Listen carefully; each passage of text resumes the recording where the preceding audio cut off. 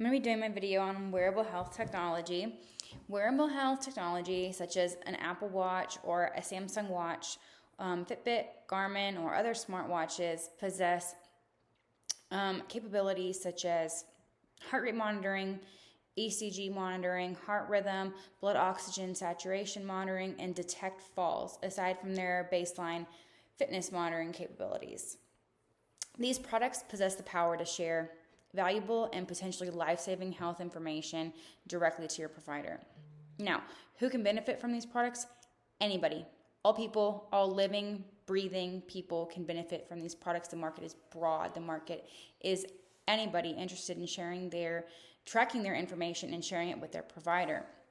Young and old can benefit from wearable health technology. It's incredibly beneficial for those at risk for a medical condition. You can benefit from one. I can benefit from one.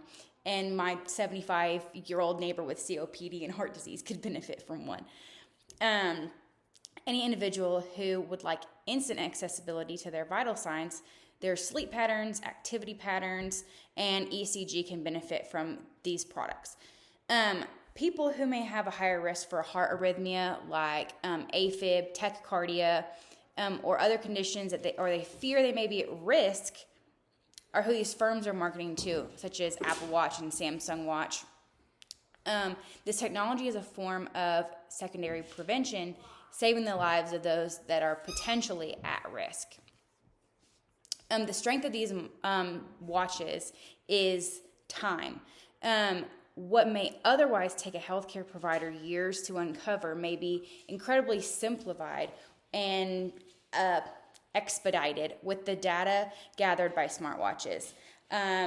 Say a patient were to go into a provider's office, get their vital signs taken, and their blood oxygen saturation level was lower than 96% in the doctor's office.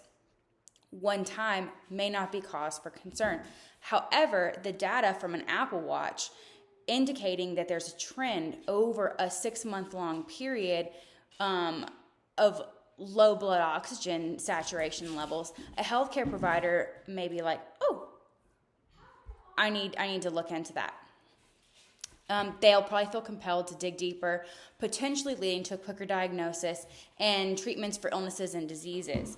Heart arrhythmia detection within these watches could potentially save lives as well.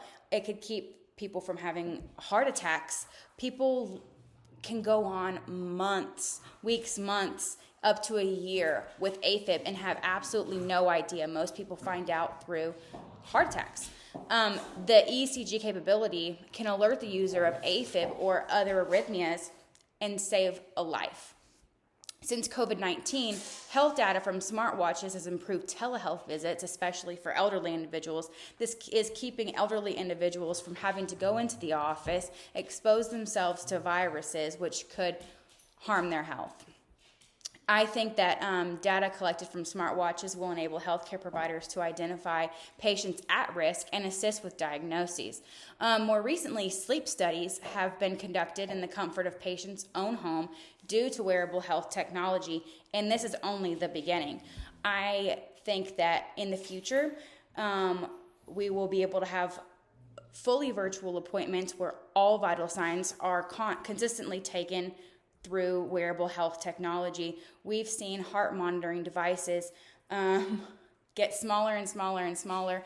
I think that over time, we're going to see so many more capabilities, and this is going to assist providers in diagnosing patients with diseases and illnesses.